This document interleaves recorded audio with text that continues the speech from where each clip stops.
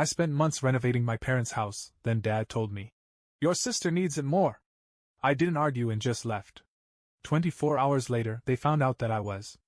I ran my fingers along the freshly painted doorframe, still smelling of the deep blue coat I had carefully applied just last week.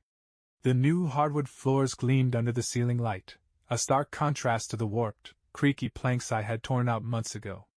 Every corner of this house held a piece of me, sweat, money, and hope. And then, just like that, my father shattered it all. You've done a great job, son, he said, standing in the doorway with his arms crossed. But your sister needs this place more than you do. I blinked. The words felt like they belonged to someone else's life, not mine. What? I finally managed, my voice too steady for the storm raging inside me. Dad sighed, as if I was the unreasonable one. You know how hard things have been for her since the divorce. She's got the kids. She needs a fresh start. I looked at my mother, hoping, begging, for some sign of protest. She just gave me a soft, pitying smile, as if she expected me to understand. You told me this was for me, I said, my hands balling into fists. That's the only reason I did all this. And we appreciate it, Mom added quickly. But we thought you'd want to help your sister. Help her? I let out a short, humorless laugh. I just spent months, renovating this place. My savings, my time, my work. Dad cut me off with a wave of his hand. Don't make this difficult. You're a young man. You'll land on your feet. I felt something inside me crack. But I didn't argue. I didn't yell, didn't beg, didn't demand what was rightfully mine. I just walked past them, out the door, and into the night. And 24 hours later, they found out exactly who they had underestimated. I drove away without a destination. Just me, the quiet hum of the engine, and the tightening knot in my chest. I wasn't sure whether to be angry, heartbroken, or just tired. Months of labor, countless hours sanding, painting, fixing the damn plumbing, gone in an instant. All because she needed it more. I knew my sister Madeline. The golden child. The one who always found a way to land on her feet, because Mom and Dad made sure of it. She had never lifted a finger for them, but somehow, she was the one who always deserved more. By the time I pulled into my apartment parking lot, my mind had cleared just enough to make a decision. If they were taking everything I built, then I wasn't going to leave empty-handed. I poured myself a drink and sat down at my laptop. It was time to remind them of one very important fact: this was my house. And they had just signed away their right to it without even realizing it. I opened my laptop and pulled up the scanned copies of every document I had collected during the renovation process. Receipts, invoices, contracts, I had it all. But the most important document? The agreement my parents had signed months ago. It wasn't some simple, informal arrangement. It was a transfer of ownership. See, when I started pouring money into the house, I made them sign a contract, nothing too formal, just something I had drafted with a friend who worked in real estate. It stated that since I was paying for the renovations and covering the property taxes, they were transferring the deed to me. It was a fair deal. They had been the ones who insisted I take over the house someday, and at the time, they signed it without a second thought. Because why would they ever think their own son would use it against them? I pulled up the county records and confirmed what I already knew: the house was legally mine. And they had no idea. I leaned back in my chair, exhaling slowly. They thought they could just push me aside, as if my time and money meant nothing. But in their eagerness to play favorites, they had made one massive mistake. They never bothered to read what they signed. I picked up my phone, hesitated for a second, then sent a single message to my dad. You and Mom need to move out. Immediately. Then I waited. It didn't take long. My phone buzzed barely a minute after I hit send. Dad, what the hell are you talking about? I stared at the message, feeling nothing. No guilt, no hesitation. Just a quiet, satisfying resolve. Me, check the deed. The house is in my name now. I imagined him sitting in his recliner, squinting at his phone, turning to my mother in confusion. Then, the moment it clicked, that cold, sharp realization hitting like a slap to the face. The phone rang. I let it go to voicemail. Then it rang again. And again. I didn't answer. I wanted them to stew in it. 20 minutes later, another text popped up. Mom, sweetheart, what is this about? Why are you saying these things? Ah, the classic. Let's pretend we don't understand what's happening. Routine. I could already hear her voice, dripping with forced concern. She would act like this was just a silly misunderstanding, that I was overreacting, that it was all just one big mistake. But there was no mistake. I had been paying the property taxes for the last 2 years. The renovation receipts were in my name. And that contract they had signed? It was legally binding. I didn't need their permission to take back what was already mine. So I sent one last text before turning off my phone for the night. Me, you have 72 hours to move out. And then, for the first time in months, I slept like a baby. I woke up the next morning to a flood of missed calls and text messages. My parents had gone through every stage of denial overnight: confusion, anger, bargaining, all neatly laid out in my inbox. Dad, this is a joke. You can't be serious. Mom, honey, let's talk about this. You don't mean it. Dad, you're out of your mind if you think we're leaving our own house. Mom, your sister needs this place. You already have your own apartment. Dad, if you don't answer, you'll regret this. There it was. The threat. I expected it to come sooner or later. My father wasn't the kind of man who liked being outplayed, especially by his own son. I ignored the messages and went about my day. I had already anticipated their reaction, and I knew the next step: they would try to call my bluff. Sure enough, by the afternoon, my mother left me a voicemail in her sweetest, most pitiful tone. We've lived here for years, sweetheart. You wouldn't really kick us out, would you? I mean, where would we even go? I played the message twice. Not once did she apologize. Not once did she acknowledge what they had done to me. It was all manipulation. They were banking on the idea that I wouldn't actually follow through. That I would give in like I always did. But this time, I was ready. I drafted an official eviction notice and emailed it to them, along with a PDF of the signed property transfer. They had 72 hours. No negotiations. No compromises. And then, I did something even better. I called the utility companies. Since everything was under my name, I had the power to shut it all down. Gas, electricity, water, gone. By the time night fell, my parents were sitting in a cold, dark house, probably still thinking this was just some elaborate bluff. It wasn't. By the next morning, my mother was calling nonstop. I let it go to voicemail. But then, at around noon, something unexpected happened. My sister, Madeline, called. I hesitated for a moment before answering. Finally, she huffed. Took you long enough. I smirked. Surprised you're even calling me. You're making this a huge deal for no reason. She snapped. Dad's furious. Mom's crying. Just be a decent person and let them stay. I let out a short laugh. A decent person? That's rich, coming from you. You knew they were kicking me out of the house after I spent months fixing it, didn't you? She didn't answer right away. That told me everything I needed to know. It's not like that, she finally muttered. They just thought I needed it more. I clenched my jaw. And what about what I needed, Madeline?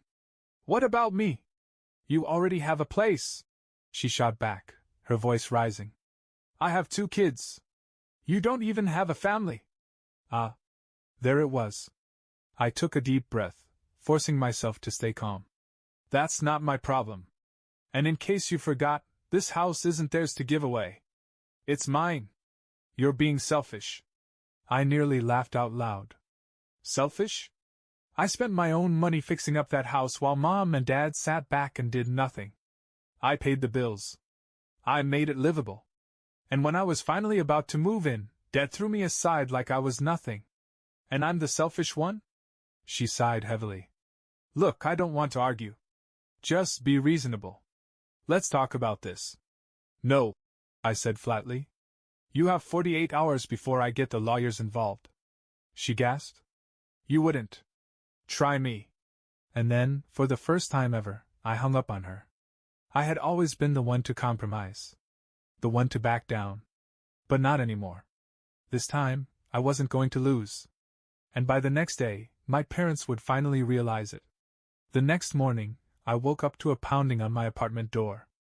I already knew who it was before I even checked the peephole. I took my time opening it, letting them stew in their own impatience.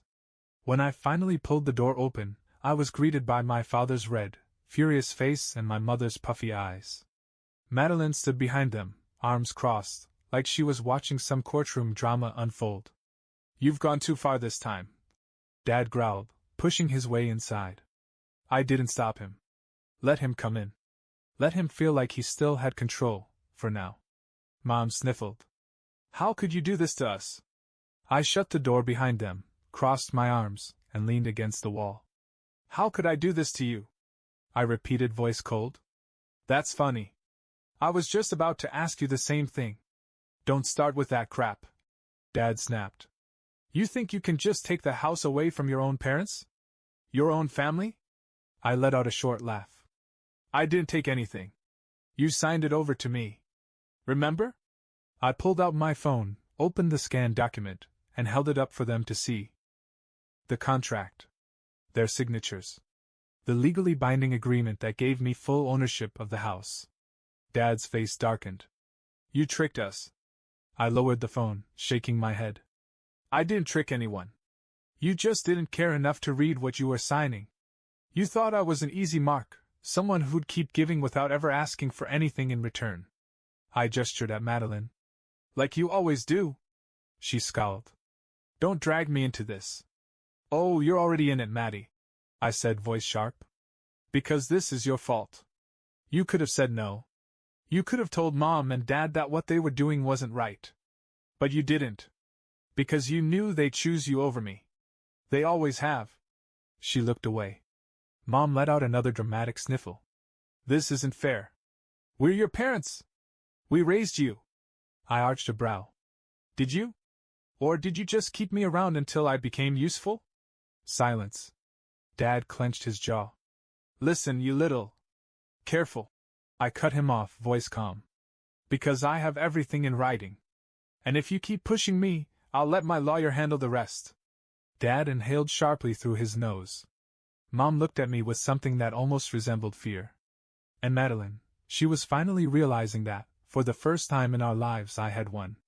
"You have until tomorrow to leave," I continued, keeping my tone even. "If you're not out by then, I'll have the sheriff handle it." "You wouldn't," Mom whispered. I met her eyes. "Try me." Dad turned, storming toward the door. He yanked it open so hard I thought the hinges might snap. Mom trailed after him, dabbing at her eyes like a soap opera actress. Madeline hesitated. "You really hate me that much?" I sighed. "I don't hate you, Madeline. But I'm done putting you first." She didn't have a response to that. Instead, she just shook her head and walked out. I locked the door behind them and exhaled, finally letting the tension drain from my body. For the first time in years, I wasn't the one being left behind. And tomorrow? Tomorrow, they would finally understand what it felt like. The next morning, I checked the security cameras I had installed around the house weeks ago, just a precaution during renovations. The feed loaded quickly, and sure enough, my parents' car was still in the driveway. They hadn't moved out. I expected this. They were stubborn, convinced I wouldn't follow through. I grabbed my phone and dialed the local sheriff's office. "Hi, I need to file an official eviction," I said, keeping my voice steady. "The occupants were given notice and refused to leave." The officer on the other end asked for details, and I gave them everything: the deed, the signed contract, the text confirming I had told them to vacate. "Understood," the officer said. "We'll send someone over today to make sure they comply." I thanked him, hung up, and let out a slow breath. One way or another, they were leaving today. I drove to the house around noon, just as the sheriff's deputy was pulling up. My parents were outside by then, standing on the porch like they owned the place, like they weren't squatters refusing to leave. My dad had his arms crossed, his jaw set in that way he always did when he thought he could intimidate someone into backing down. My mom stood next to him, wringing her hands, while Madeline hovered nearby, glaring at me like I was the villain in all of this. The deputy, a tall, broad man with a calm but firm presence, stepped out of his cruiser and adjusted his belt. "Are you the property owner?" he asked me. I nodded and handed him the documents. The house was legally transferred to me months ago. They were given notice to leave and refused. The deputy took a few minutes to look over everything before turning to my father. Sir, you and your family are being evicted. You need to leave the premises immediately. Dad scoffed. This is our home. No, sir, the deputy replied, his voice flat. The paperwork is clear. You forfeited ownership. If you don't leave voluntarily, we'll have to remove you. Mom started crying, big, dramatic sobs like she thought it would change anything. We're his parents. He can't just throw us out on the street. I crossed my arms. You threw me out first. Remember? Madeline stepped forward, her face twisted in rage. You're doing this out of spite. You already have a place to live. Why do you even need this house? I laughed. Why do you need it? You have your own home, Madeline. But that didn't stop you from taking what was supposed to be mine. Her mouth opened, but she had no comeback for that. The deputy sighed, clearly having dealt with situations like this before. You have an hour to collect your belongings, he told them. If you refuse, we'll escort you off the property. Dad looked like he wanted to argue, but then he must have realized that this was real. That he wasn't going to win this time. So, with a furious shake of his head, he turned and stormed into the house. Mom kept crying. Madeline muttered curses under her breath. And I just stood there, watching as they finally experienced what it felt like to be discarded. An hour later they were gone. And the house? It was finally mine. I stood in the doorway long after they had driven off, letting the silence settle around me. The house was empty now, just me and the space I had poured months of my life into. The fresh paint, the polished floors, the fixed plumbing, everything was exactly as I had left it. But for the first time, it actually felt like mine. No voices arguing in the background. No guilt weighing on my chest. Just peace. I walked from room to room, running my fingers over the walls, the countertops, the little details I had carefully worked on. They had expected me to roll over like I always did, to give, to sacrifice, to let them take and take until there was nothing left of me. But this time, I had stood my ground. My phone buzzed in my pocket. A text from my mother. Mom, I hope you're happy. You've destroyed this family. I exhaled slowly, then typed my response. Me no, Mom. I just finally stopped letting you destroy me. Then, without hesitation, I blocked her number. I did the same to my father. Then Madeline. One by one, I removed them from my life, just as easily as they had tried to remove me from my home. I stepped outside and took a deep breath of fresh air. The sun was beginning to set, casting a golden light over the yard I had landscaped with my own 2 hands. For the first time in years, I wasn't living in their shadow. I wasn't their backup plan, their safety net, their afterthought. I was free. And as I closed the door behind me, locking them out for good, I knew one thing for certain. I would never let them take anything from me again. A week passed. A week of pure silence. No calls. No texts. Nothing. I thought maybe they had finally accepted their loss, that they'd moved on like I had. But deep down, I knew them too well. People like my parents and Madeline didn't just let things go. They plotted. They waited. And sure enough, when trouble finally came knocking, I wasn't even surprised. It started with a knock on my front door. Not angry. Not urgent. Just patient. I opened it to find my uncle, my dad's older brother, Uncle Rick. The one relative in the family who had never quite fit into their little favoritism circle. He was standing on my new porch, hands in his pockets, looking at me like he had just walked into the middle of a storm. Well, he said, shaking his head. You really did it, huh? I shrugged. They gave me no choice. He let out a low chuckle. That's the part they're struggling with the most, the fact that you actually stood up to them. I crossed my arms. Let me guess. They sent you? Rick sighed. Not exactly. Your dad's too proud to ask for help, but your mom? She's been calling me non-stop, playing the poor me routine. Wanted me to come talk some sense into you. I exhaled, already exhausted by the idea. And? He smirked. And I told her she should have read the damn contract before signing it. That made me pause. I hadn't expected that. Rick wasn't the kind of guy to get involved in family drama, But he also wasn't blind to how my parents had treated me over the years. If anything, he had always been the only one who saw through their act. Look, he continued, leaning against the railing. I'm not here to guilt-trip you, kid. I think what you did, long overdue. But I figured you should know what they've been up to. I frowned. What do you mean? He gave me a knowing look. They're scrambling. Hard. They thought they could just stay with Madeline, but... He let out a laugh, shaking his head. Turns out she doesn't actually want them there full-time. She's already complaining that they're too much work and messing up her routine. I nearly laughed. The same sister who needed the house more? The one they had thrown me aside for? Now she didn't want them either? You're kidding, I said. Wish I was. But nah, she's been calling them a burden behind their backs. I guess it's different when she's the one being drained. I ran a hand down my face, barely containing my amusement. Unbelievable. Rick nodded. Yeah. And now? They're talking about getting legal advice, seeing if there's any way to challenge the deed transfer. But between you and me? He smirked. They don't have a leg to stand on. They signed it fair and square. I let out a slow breath. So what now? He shrugged. That depends on you. You've won. You could ignore them forever, let them figure out their mess. Or... He gave me a sideways glance. You could throw them a bone, just to be the bigger person. I considered it for a moment. The idea of offering them anything after what they had done. It left a bitter taste in my mouth. But then I remembered all the years of being overlooked. Of being the last priority. The ATM they never thanked. They had thrown me away without hesitation. And now? They were finally learning what it felt like. I met Rick's gaze. They made their choice. He grinned. Figured you'd say that. He turned to leave but paused on the steps. For what it's worth, kid, I'm proud of you. Should have done this a long time ago. I watched as he walked back to his car and drove away. The moment the taillights disappeared, I took one last look at the house, my house. For the first time in my life, I wasn't the one being left behind. They were. And I wasn't going to lose sleep over it. As I stepped inside and shut the door, I knew one thing for certain.